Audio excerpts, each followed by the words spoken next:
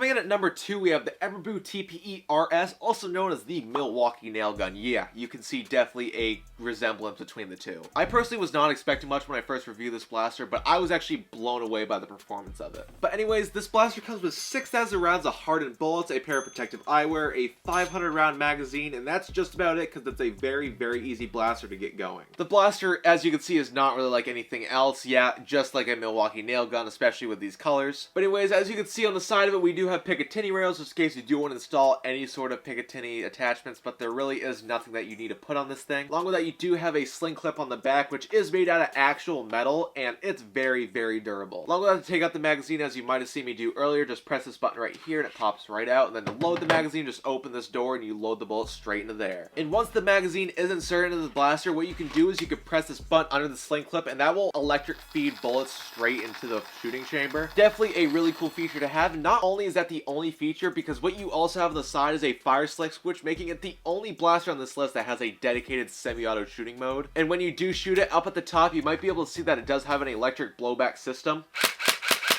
It doesn't have much recoil, but it's definitely a cool option to see, and especially when you shoot on fully automatic, it's really cool to see. And another cool part about this blaster is that the fire select switch is on both sides of the blaster, allowing you to pick the mode no matter what hand you shoot with. But the performance of this blaster is why it got so high up on this list. This blaster shoots at speeds around 150 to 160 feet per second at 10.5 rounds per second. And coming in at a price of only $20 regularly, sometimes you can find it for $15, definitely a very great option. And it would be a great option to start competing in regular gel blaster wars with your friends, because this thing actually performs really well. But if you do want to get this blaster, I will have it linked down in the description. But before we get to number 1, let's talk about one honorable mention that I feel like should be mentioned even though it did not fully get on this list.